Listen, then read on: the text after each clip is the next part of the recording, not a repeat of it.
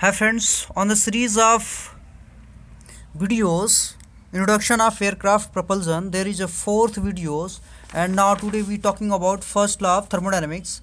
That means first law of thermodynamics is also known as conservation of energy. Conservation of energy, that means energy can neither be created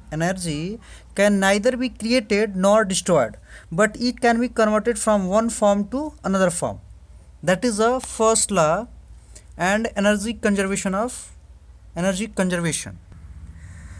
Now friends, here some example put in front of you. Fuel is burned in closed container. Friend, here not any valve is attached, so that piston cylinder arrangement will become closed system. So fuel burned in closed system in the presence of air, which result in an increase in temperature. Then here pressure and temperature will increases inside this container.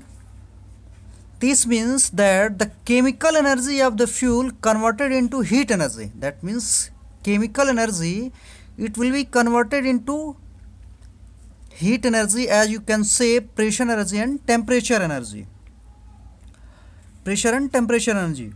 So that means first law we put here, close integration of del Q, that means heat, equals to close integration of del W, that means work done. This is a first law. Close integration of heat equals to close integration of work done. That means this formula shows that total energy will converted into total work done. That means if here cylinder having take 5 joule energy, then this 5 joule energy is converted into total work done. 5 joule energy is not lost, total energy will converted into totally work done. So if we use 5 joule energy or heat, then this 5 joule energy is converted to work done, not any loss between these system. So that is the first law.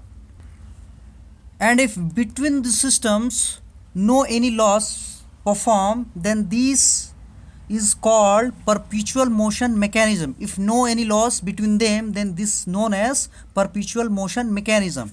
And here we put another formula, close integration del Q minus close integration del W will become du. That means du equals to what? Du is the internal energy, change in internal energy. This is another formula, change in internal energy.